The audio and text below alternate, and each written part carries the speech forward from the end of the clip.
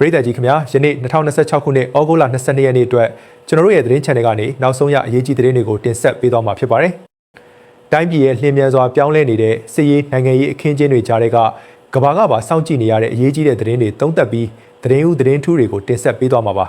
။ယနေ့အတွက်နားဆင်ရမှာတွေတဲ့လူခွင့်ရေးဝန်ကြီးဌာနကိုဖျက်သိမ်းပြီးနိုင်ငံတကာစံနှုန်းမီတီးခြားလွတ်လပ်တဲ့ကော်မရှင်အဖြစ်ပြောင်းလဲဖွဲ့စည်းလိုက်တဲ့သတင်း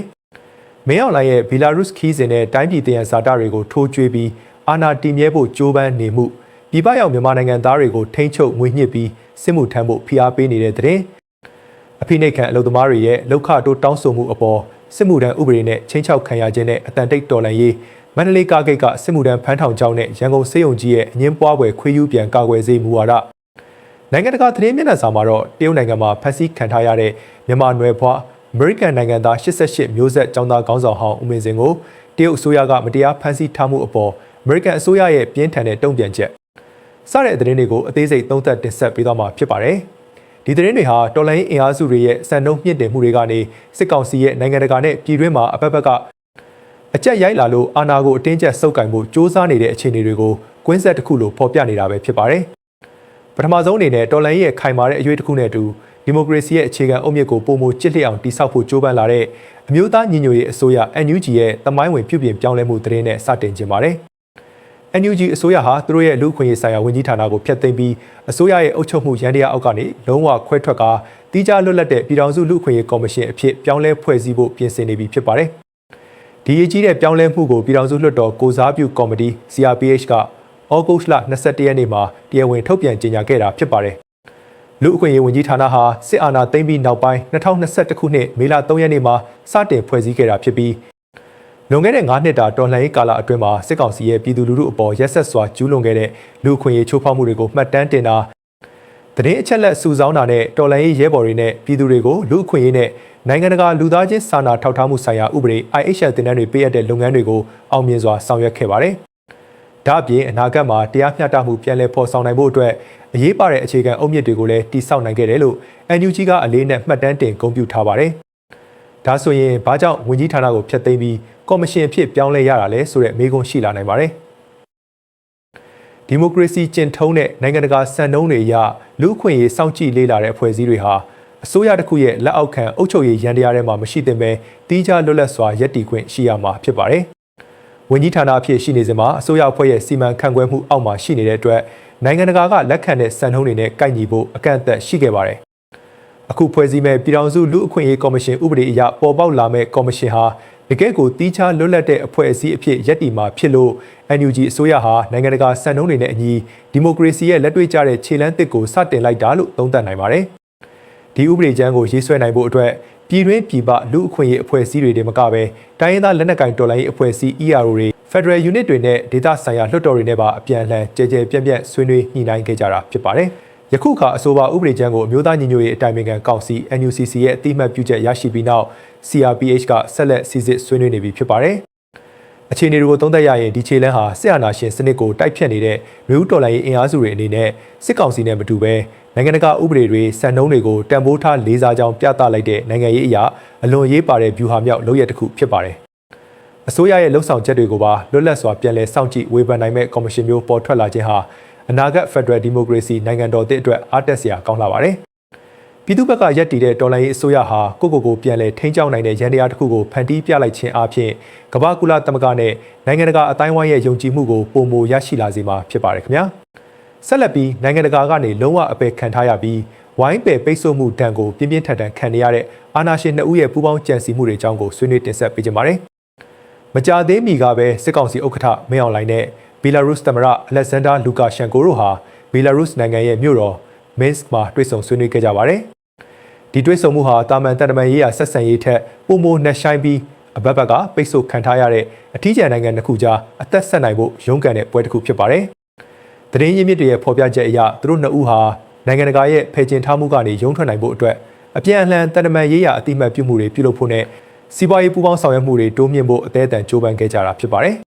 ဒါဆိုရင်စစ်ကောင်းဆောင်မင်းအောင်လှိုင်ဟာဘယ်လာရုစ်နိုင်ငံစီကဘာကိုလိုချင်နေပြီးဘာတွေပေးအပ်ခဲ့ရတာလဲဆိုတဲ့စိတ်ဝင်စားဖွယ်မေးခွန်းထွက်ပေါ်လာပါတယ်။တကယ်တော့စစ်ကောင်စီဘက်ကအသေးအတန်လိုချင်နေတာကတော့နိုင်ငံတကာရဲ့တန်တမာရေးရာအတိအမှတ်ပြုမှုနဲ့ စစ်မြေပြင်မှာအရေးနှိမ့်နေမှုကိုအဖက်ဆယ်ဖို့စစ်လက်နက်ပစ္စည်းနဲ့နည်းပညာအကူအညီများဖြစ်ပါတယ်။ဒါကြောင့်ပဲစစ်ကောင်းဆောင်ဟာခုခီးစဉ်အတွင်းမှာမင်းစ်မြို့တော်မှာမြန်မာတပ်ရုံးကိုတရားဝင်ဖွင့်လှစ်ခဲ့တယ်လို့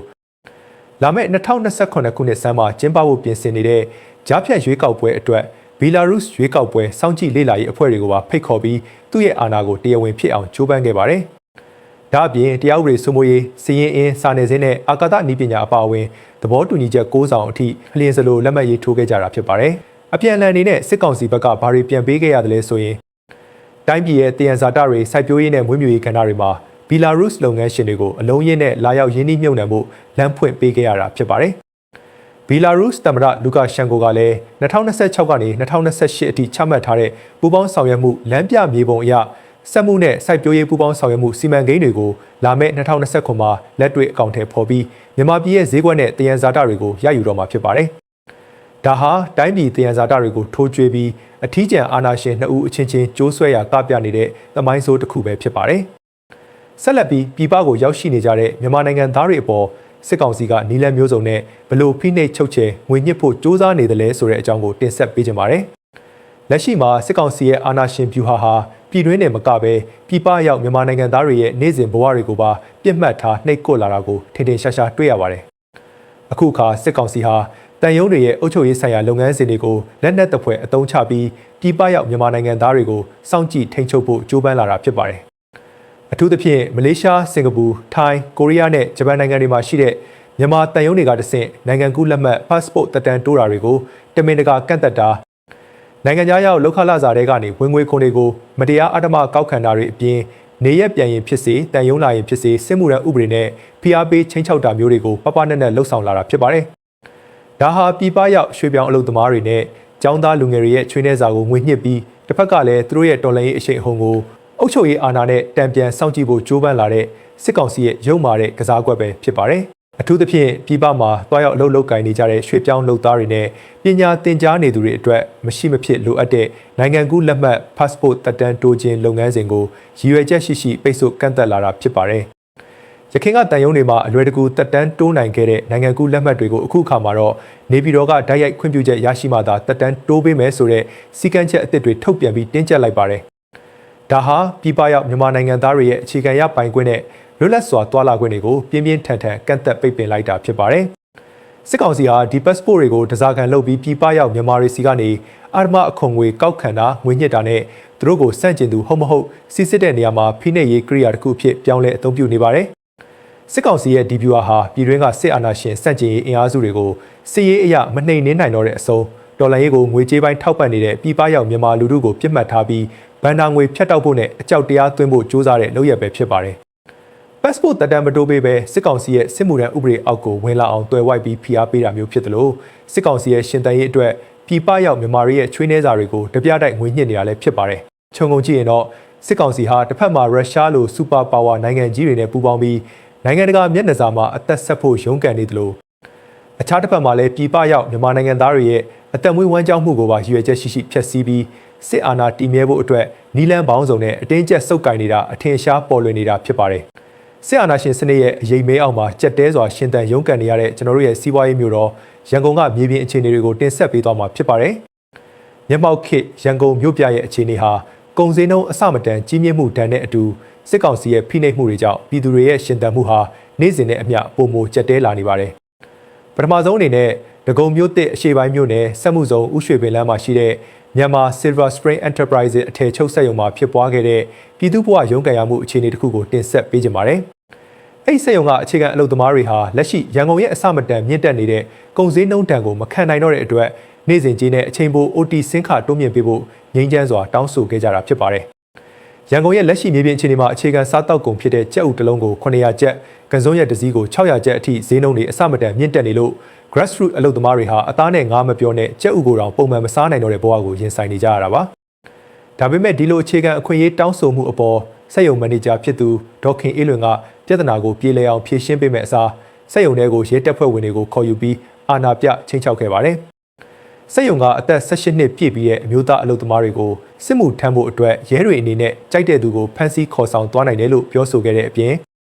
သူ့ရဲ့ဖုန်းကောတစ်ချက်ထဲနဲ့တင်အလုပ်သမားတွေဒုက္ခရောက်သွားနိုင်တယ်လို့မောက်မာစွာအမြဲချင်းချောက်လေးရှိကြောင်း အလုပ်သမားတွေကပြန်လည်ပြောပြခဲ့ကြပါတယ်။ဒီပြဿနာကိုဖြေရှင်းဖို့အလုပ်သမားညွှန်ကြားရေးဦးစီးဌာနကလာရောက်စစ်ဆေးခဲ့ပေမဲ့လည်းဘာပြေလဲတဲ့ဖြေရှင်းချက်မှမရရှိဘဲပြန်လည်ထွက်ခွာသွားခဲ့တာမို့အလုပ်သမားတွေဟာဖိနှိပ်ချုပ်ချယ်မှုအောက်မှာပဲကျန်ရစ်ခဲ့ရပါတယ်။တစ်ဖက်မှာလည်းဒီလိုကြောက်မက်ဖွယ်ဖိနှိပ်မှုတွေကြားထဲကပဲရန်ကုန်ရဲ့တော်လှန်ရေးစိတ်ဓာတ်ဟာတိတ်ဆုံးမသွားပဲပုံစံတစ်နဲ့ရုံထကြွလာတာကိုဩဂုတ်လ22ရက်နေ့ကမြင်တွေ့ခဲ့ရပါတယ်။ရန်ကုန်အဖွဲ့ကဦးဆောင်ပြီးရန်ကုန်မြို့ရဲ့လမ်းမတွေပေါ်မှာရန်ကုန်မမေးနဲ့ဆိုတဲ့ခေါင်းစဉ်အောက်ကနေလှုပ်ရှားမှုတရက်ပြုလုပ်ခဲ့ပါတယ်။အဲ့လှုပ်ရှားမှုမှာတော်လှန်ရေး message တွေရေးသားထားတဲ့စာအုပ်ငယ်လေးတွေထဲကို1000ကျပ်တန်နဲ့9000ကျပ်တန်ငွေဆက်ကူတွေထည့်သွင်းပြီးလမ်းတွေပေါ်မှာပန်းကျဲသလိုကျဲချဖြန့်ဝေခဲ့တာဖြစ်ပါတယ်။အဲ့ site တွေပေါ်မှာမြို့ပြကို CCTV တွေနဲ့မသက်ပါနဲ့စစ်ကောင်စီရဲ့မြို့ပြစောင့်ကြည့်ရေးရန်တရားတွေကိုငါတို့စန့်ကျင်တဲ့ဖိနှိပ်မှုတွေကိုမမေ့ကြပါနဲ့ဆိုတဲ့ပြင်းထန်တဲ့သတိပေးစာတွေနဲ့ငါတို့နိုင်ရင်ဒီထက်မကပြောစရာတွေရှိတယ်ဆိုတဲ့ရဲရဲတောက် message တွေပါဝင်ခဲ့ပါတယ်။ဒါဟာမြို့အနှံ့ CCTV တွေတက်ဆင်ပြီးတိုင်းပြည်တည်ငြိမ်နေတဲ့အောင်စစ်ကောင်စီကဟန်ပြပွဲလမ်းသဘင်တွေနဲ့ဝါဒဖြန့်နေတာကိုအထီရောက်ဆုံးပြန်လဲတုံ့ပြန်လိုက်တာဖြစ်ပါတယ်။ဒီဖြစ်ရပ်နှစ်ခုဟာလက်ရှိရန်ကုန်မြို့ပြရဲ့စန့်ကျင်ဘက်အစွန်းနှစ်ဖက်ကိုထင်ဟပ်နေပါတယ်။စစ်ကောင်စီရဲ့မတရားတဲ့စစ်မှုထမ်းဥပဒေဟာပြည်သူတွေကိုစစ်မြေပြင်စီအဓမ္မပို့ဆောင်ဖို့တင်မကပဲပြည်တွင်းကအဓမ္မကောင်းပုံဖြတ်လို့တဲ့အလုပ်ရှင်တွေနဲ့စစ်တပ်အလိုတော်ကြီးတွေအတွက်အခွင့်အရေးချိုးဖောက်ဖို့အတွက်ပါတနက်တလက်လိုအသုံးချခံနေရတာကိုမိမောင်းထိုးပြနေပါတယ်။ဒါပေမဲ့အုပ်ချုပ်သူတွေကတနက်နဲ့အကြောက်တရားကိုအသုံးချနေချိန်မှာပြည်သူတွေကတော့ငွေဆက်ကူလှုပ်ရှားမှုလိုတီထွင်ဖန်တီးမှုရှိတဲ့နည်းလမ်းတွေနဲ့မြို့ပြပျောက်ကြားတော်လှန်ရေးကိုအားကောင်းကောင်းနဲ့အသက်သွင်းနေကြဆဲဖြစ်ပါတယ်။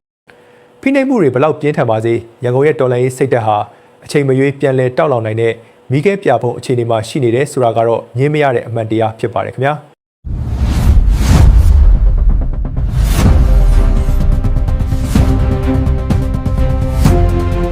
မန္တလေးမြို့မှာစိုးရိမ်စရာဖြစ်ပွားနေတဲ့ခီးသွွားလူငယ်တွေကိုပြစ်မှတ်ထားတဲ့စစ်မှုထမ်းဖမ်းကွက်ထောင်ချောက်သတင်းကိုဆက်လက်တင်ဆက်ပေးပါမယ်။မန္တလေးမြို့ရဲ့ချမ်းမြရွှေပြည်ယာယီကားဂိတ်မှာဆိုက်ရောက်လာတဲ့ခီးသည်တွေကလူငယ်နဲ့အလက်အရွယ်အမျိုးသားတွေကိုအချို့သောအကျင့်ပြတ်မီနီတက္ကစီယာဉ်မောင်းတွေကပြူစောတိအဖွဲ့တွေနဲ့ပူးပေါင်းပြီးစနစ်တကျဖမ်းဆီးကောက်ယူနေတယ်လို့မြေပြင်သတင်းရင်းမြစ်တွေစီကသိရပါတယ်။ဩဂုတ်လ12ရက်နေ့ကတည်းကစတင်ခဲ့တာဖြစ်ပြီးအဓိကအားဖြင့်ကားတွေအဝင်အထွက်များတဲ့အယုံအချိန်တွေနဲ့ညနေ6နာရီခွဲကနေ9နာရီဝန်းကျင်အချိန်တွေကိုပြစ်မှတ်ထားလေးရှိပါတယ်။အဲ့ဒီအကျင့်ပြတ်ရင်မောင်းတွေဟာခီးသည်တွေကိုဈေးနှုန်းအလွန်အမင်းရှော့ချပြီးလိုက်ပို့ပေးမယ်ဆိုတဲ့လှည့်ကွက်နဲ့ဆွဲဆောင်ကခီးသည်ကလိုက်ပါလာတဲ့အခါပြူစောထီးတွေကြိုတင်ဆောင်ဆိုင်နေတဲ့လူသူကင်းဝေးပြီးတိတ်ဆိတ်တဲ့လမ်းပိုင်းတွေစီမောင်းနှင်ခေါ်ဆောင်သွားကအဓမ္မစစ်မှုထမ်းမှုဖမ်းဆီးခိုင်းတာဖြစ်ပါတယ်။ဒီလိုဖမ်းဆီးပေးတဲ့အတွက်အကျင့်ပြတ်ရင်မောင်းတွေဟာပြူစောထီးတွေစီကနေလူရှာခပွဲစားကတီးခြားရရှိကြတယ်လို့လည်းသိရပါတယ်။ဒီလောက်ရကြောင့်ရိုးရိုးသားသားလောက်ကင်စားတောက်နေတဲ့3ဘိန်းနဲ့တက္ကစီမောင်းသူတွေဟာပြည်သူယုံကြည်မှုပြက်ပြားမှာကိုအလွန်စိုးရိမ်နေကြပြီး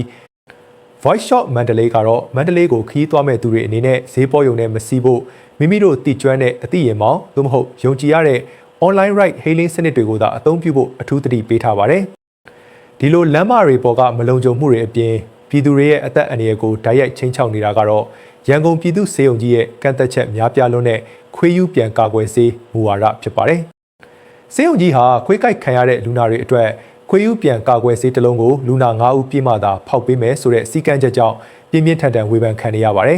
။စေယုံတာဝန်ရှိသူတွေကတော့ဆေးဝါးတွေဟာနိုင်ငံခြားကနေဈေးကြီးပေးဝယ်ရတာကြောင့်ဆေးလေလွှဲမှု waste မဖြစ်စေဖို့အထက်ကညွှန်ကြားထားတာဖြစ်ပြီးဆေးတစ်လုံးကိုဖောက်ပြီးရင်24နာရီအတွင်းသာအသုံးပြုနိုင်လို့9ဦးပြည့်မှဖောက်ရတာလို့အကြောင်းပြပါတယ်။ဒါပေမဲ့ခွေးယူပြန်ယောဂါဟာလက္ခဏာပြလာရင်သေဆုံးနိုင်ခြေ100%ရှိပြီးခွေးကိုက်ခံရပြီး24နာရီမှ82နာရီအတွင်းအမြန်ဆုံးထိုးနှံရတဲ့ Golden Window အချိန်ကန့်သက်ချက်ရှိပါတယ်။မနက်ပိုင်းမှာလူနာများလို့စုထိုးပေးနိုင်ပေမဲ့ညနေပိုင်းမှာလူနာ9ဦးမပြည့်ရင်နောက်တနေ့မနက်မှပြန်လာဖို့ရက်ချင်းပေးလေးရှိပါတယ်။အဲ့ဒီအချိန်ကိုမစောင့်နိုင်တဲ့ပြည်သူတွေကတော့အသက်အန္တရာယ်စိုးရိမ်တာကြောင့်ပြင်ပပုဂ္ဂလိကဆေးခန်းတွေမှာတစ်ချိန်ကိုကျပ်3,800,000ဝန်းကျင်အထိပေးပြီးအလူရက်ထိုးနေကြရပါတယ်။အာဏာသိမ်းမှုမတိုင်ခင်ကာလတွေကတော့ဒီလိုတင်းကျပ်တဲ့ကန့်သက်ချက်မျိုးလုံးဝမရှိခဲ့ကြောင်းလက်ထောက်ဆရာဝန်ဟောင်းတဦးကထောက်ပြထားပြီးမြန်မာနိုင်ငံမှာ2024ခုနှစ်အတွင်းခွေးယူပြန်ယောဂါကြောင့်သေဆုံးသူ82ဦးအထိရှိခဲ့ကအမြင့်ဆုံးကူးစက်သေဆုံးမှုစံချိန်တင်ခဲ့ပါတယ်။ဒီဖြစ်ရပ်နှစ်ခုလုံးဟာစစ်ကောင်စီရဲ့အာဏာသိမ်းမှုအောက်မှာပြည်သူဘဝတွေဘလောက်အထိအဆိုးဘက်ကဆုတ်ယုတ်ကျဆင်းသွားလဲဆိုတာကိုထင်ရှားစွာသက်သေပြနေပါတယ်။လမ်းမတွေပေါ်မှာလည်းတရားဥပဒေစိုးမိုးမှုလုံးဝမရှိဘဲစစ်တပ်အလိုတော်ပြူစောထီးတွေကပြည်သူတွေကိုလူသားတိုင်းအဖြစ်အတင်းကျပ်ဖမ်းဆီးဖို့နီလန်ပေါင်းစုံတုံးနေတယ်လို့ပြည်သူစေယုံတွေမှာလည်းပြည်သူအသက်ထက်ငွေကြေးချွေတာရေးနဲ့အမိန့်နာခံရေးကိုသာဦးစားပေးနေတဲ့အတွက်အခြေခံပြည်သူတွေမှာအဖို့တန်တဲ့အသက်တွေကိုပေးဆက်နေကြရပါတယ်။ ဒါဟာရှင်လျက်နဲ့ငရဲကြနေရတဲ့အုပ်ချုပ်ရေးပြည့်ရွံ့မှုရဲ့တကယ့်မြေပြင်အဖြစ်မှန်တွေပဲဖြစ်ပါတယ်ခင်ဗျာပရိသတ်ကြီးခင်ဗျာယနေ့ရဲ့နောက်ဆုံးအပိုင်းဖြစ်တဲ့မြန်မာအရေးနဲ့တိုက်ရိုက်ပတ်သက်နေတဲ့တရုတ်အမေရိကန်တင်းမာမှုသတင်းတွေနဲ့အတူကမ္ဘာတစ်ပတ်အတွင်းကထူးခြားထင်ရှားတဲ့နိုင်ငံတကာသတင်းတွေကိုတင်ဆက်ပေးသွားမှာဖြစ်ပါတယ်ပထမဆုံးတင်ဆက်ပေးခြင်းတဲ့သတင်းကတော့အမေရိကန်အစိုးရနဲ့တရုတ်အစိုးရကြားတန်တမန်ရေးရာတင်းမာမှုအသစ်ဖြစ်ပေါ်လာစေတဲ့မြန်မာနိုင်ငံရေးလေးလာဆန်းစစ်သူဦးမင်းစင်ဖမ်းဆီးခံရမှုသတင်းပဲဖြစ်ပါတယ်အမေရိကန်နိုင်ငံသားတဦးဖြစ်ပြီးမဟာဗျူဟာနဲ့မူဝါဒလေးလာရေးအဖွဲ့ ISP မြန်မာကိုတည်ထောင်သူဦးမင်းစင်ဟာပြီးခဲ့တဲ့ဇွန်လအတွင်းကတရုတ်နိုင်ငံယူနန်ပြည်နယ်ကူမင်းမြို့ကိုတရုတ်ပညာရေးအဖွဲ့အစည်းတစ်ခုရဲ့ဖိတ်ကြားချက်နဲ့တွားရောက်စဉ်မှာတရုတ်အာဏာပိုင်တွေရဲ့မတရားဖမ်းဆီးထိန်းသိမ်းခြင်းကိုခံခဲ့ရတာဖြစ်ပါတယ်တရုတ်နိုင်ငံသားရေးဝန်ကြီးဌာနကတော့သူ့ကိုတရုတ်နိုင်ငံရဲ့အမျိုးသားလုံခြုံရေးကိုချိန်ချောက်တယ်လို့တန်တရားရှိတဲ့အတွက်ထိန်းသိမ်းထားတာလို့ဆိုပါတယ်ဒီအခြေအနေပေါ်အမေရိကန်နိုင်ငံသားရေးဝန်ကြီးဌာနနိုင်ငံသားရေးဝန်ကြီးမာကိုရူဘီယိုကဩဂုတ်လ20ရက်နေ့မှာဦးမင်းစင်ကိုမတရားဖမ်းဆီးထိန်းသိမ်းခံရသူ wrongfully detained အဖြစ်တရားဝင်သတ်မှတ်လိုက်ပြီးတရုတ်အစိုးရအနေနဲ့သူ့ကိုချက်ချင်းပြန်လွှတ်ပေးဖို့နဲ့တရုတ်ပြည်တွင်းမှာပြည်ပထွက်ခွာခွင့်အထမပိတ်ပင်တားဆီးခံထားရတဲ့အမေရိကန်နိုင်ငံသားအားလုံးကိုလွတ်လပ်ခွင့်ပေးဖို့တရားဝင်ပြင်းပြင်းထန်ထန်တောင်းဆိုလိုက်ပါတယ်။ဒီကိစ္စဟာရှေ့လာမဲ့အမေရိကန်နဲ့တရုတ်နိုင်ငံတို့ရဲ့ထိပ်သီးတန်တမန်ရေးရာတွဲဆုံပွဲတွေမှာအဓိကဆွေးနွေးမဲ့အရေးကြီးစီစဉ်တစ်ခုဖြစ်လာဖို့ရှိနေပါတယ်။ဆက်လက်ပြီးအာရှဒေသတွင်းစစ်ရေးလှုပ်ရှားမှုတွေအဖြစ်မြောက်ကိုရီးယားရဲ့ဒုံးကျည်စမ်းသပ်မှုတွေနဲ့ရုရှားမြောက်ကိုရီးယားမဟာမိတ်အကြောင်းတင်ဆက်ပေးကြပါတယ်။အမေရိကန်နဲ့တောင်ကိုရီးယားတို့ပူးပေါင်းပြုလုပ်နေတဲ့စစ်ရေးလေ့ကျင့်မှုတွေကိုစန့်ကျင်တဲ့အနေနဲ့မြောက်ကိုရီးယားဟာဒုံးကျည်စမ်းသပ်မှုတွေကိုဇက်တိုက်ပြုလုပ်နေပါတယ်။တစ်ဖက်မှာလည်းရုရှားနဲ့မြောက်ကိုရီးယားတို့အကြားစစ်ရေးမဟာမိတ်ဟာပုံမနှက်ဆိုင်လာနေပြီးယူကရိန်းစစ်ပွဲအတွက်မြောက်ကိုရီးယားကရုရှားစီကို drone နည်းပညာတွေနဲ့စစ်တပ်အင်အားဖြန့်ကျက်စေလွှတ်ပေးမှုတွေအထိပူးပေါင်းဆောင်ရွက်နေကြတာကိုတွေ့ရပါတယ်။ဒေသတွင်းနောက်ထပ်စိုးရိမ်စရာလူမှုရေးသတင်းတစ်ခုကတော့အိန္ဒိယနိုင်ငံကအသက်6နှစ်အရွယ်ကျောင်းသားငယ်လေးတဦးဆီယာမရဲ့ပါးရိုက်ဆုံးမမှုကြောင့်ကွယ်လွန်သွားခဲ့ရတဲ့ခြေကွဲပွဲဖြစ်ရပဲဖြစ်ပါတယ်။အိမ်စာမပြီးလို့ဆိုကဆီယာမဖြစ်သူကကိုထိလက်ရောက်ရိုက်နှက်ဆုံးမခဲ့ရကကလေးငယ်ဟာချက်ချင်းလဲကျသေဆုံးသွားခဲ့ရတာဖြစ်ပြီးဒီဖြစ်ရဟာအိန္ဒိယလူထုကြားမှာအကြီးကျယ်ဒေါသထွက်မှုတွေဖြစ်ပေါ်စေခဲ့ပါတယ်။အိန္ဒိယဥပဒေအရကျောင်းတွေမှာကိုထိလက်ရောက်ပြစ်ဒဏ်ပေးခြင်းကိုတားမြစ်ထားပေမဲ့အခြေခံလူဒန်းစားတွေတက်ရောက်တဲ့ကျောင်းတွေမှာတော့ဖိနှိပ်ချုပ်ချယ်မှုတွေရှိနေစေဖြစ်တာကိုမိမောင်းထိုးပြနေပါတယ်။အလားတူပဲကမ္ဘာအားကစားမျက်နှာစာမှာတော့ပြီးခဲ့တဲ့ကမ္ဘာဖလားဗိုလ်လုပွဲအပြီးရုံးရင်းဆန်ခတ်ဖြစ်ပွားခဲ့တဲ့ကိစ္စနဲ့ပတ်သက်ပြီးအာဂျင်တီးနားလက်ရွေးစင်အသင်းကို FIFA ကအပြစ်ပေးအရေးယူမှုတွေပြုလုပ်လိုက်တယ်လို့သိရပါတယ်။ကမ္ဘာအခင်းကျင်းဟာတရားဥပဒေစိုးမိုးမှုနဲ့လူအခွင့်အရေးဆိုင်ရာစံနှုန်းတွေအပေါ်စိန်ခေါ်မှုတွေနဲ့ပြည့်နှက်နေပါတယ်။အာဏာရှင်ဆန်တဲ့တရုတ်ရုရှားနဲ့မြောက်ကိုရီးယားလိုနိုင်ငံတွေဟာနိုင်ငံတကာဥပဒေတွေကိုလှစ်လျူရှုပြီးလူသားချင်းစာနာမှုကင်းမဲ့တဲ့စစ်ရေးနိုင်ငံရေးကစားကွက်တွေကိုအသုံးချနေကြသလိုတာမန်အရက်သားတွေနဲ့ပညာရှင်တွေကိုတစားကန်အဖြစ်အသုံးချပြီးသူတို့ရဲ့အကျိုးစီးပွားအတွက်အကြက်ကင်နေကြတာဖြစ်ပါတယ်။တစ်ချိန်တည်းမှာပဲအိန္ဒိယကကျောင်းသားငယ်လေးရဲ့ခြေကွဲပွဲဖြစ်ရဟာဖွံ့ဖြိုးဆဲနိုင်ငံတွေမှာအခြေခံလူဒန်းစားတွေရဲ့လူ့အခွင့်အရေးနဲ့ကလေးငယ်ကာကွယ်စောင့်ရှောက်ရေးစနစ်တွေဘလောက်အထိအားနည်းနေသေးလဲဆိုတာကိုသက်သေပြနေပါတယ်။ကမ္ဘာအင်အားကြီးနိုင်ငံတွေရဲ့ပထဝီနိုင်ငံရေးအပြိုင်မှုတွေအကြားမှာအဖိနှိပ်ခံပြည်သူတွေရဲ့ဘဝလုံခြုံရေးဟာအဓိကအရေးကြီးဆုံးစိန်ခေါ်မှုကြီးအဖြစ်ရှိနေစေဖြစ်ပါတယ်ခင်ဗျာပရိသတ်ကြီးခင်ဗျာယနေ့အတွက်ကျွန်တော်တို့တင်ဆက်ပေးခဲ့တဲ့ပြည်တွင်းကတော်လှန်ရေးအရွေ့အသစ်တွေစစ်ကောင်စီရဲ့အဘက်ဘက်ကအကြဆုံးယိုယွင်းလာမှုတွေနဲ့အတူကမ္ဘာနိုင်ငံရေးလူမှုရေးအခင်းကျင်းတွေကိုအချိတ်ဆက်မိမိမီးမောင်းထိုးပြနိုင်ခဲ့လိမ့်မယ်လို့မျှော်လင့်ပါတယ်ကျွန်တော်ရဲ့တင်ဆက်မှုတွေကိုသဘောကျနှစ်သက်တယ်ဆိုရင် like share နဲ့ subscribe လုပ်ပေးပြီးနောက်ထပ်တင်ဆက်မယ့်အရေးကြီးသတင်းတွေကိုဆက်လက်စောင့်မျှော်အားပေးကြပါအောင်ခင်ဗျာအားလုံးပဲဘေးရန်ရဲ့ကင်းဝေးပြီးကိုယ်စိတ်နှပြကျန်းမာချမ်းသာကြပါစေစောင့်မျှော်နားဆင်ပေးခဲ့ကြတဲ့ပရိသတ်ဦးချင်းစီကိုအထူးပဲကျေးဇူးတင်ရှိပါတယ်ခင်ဗျာ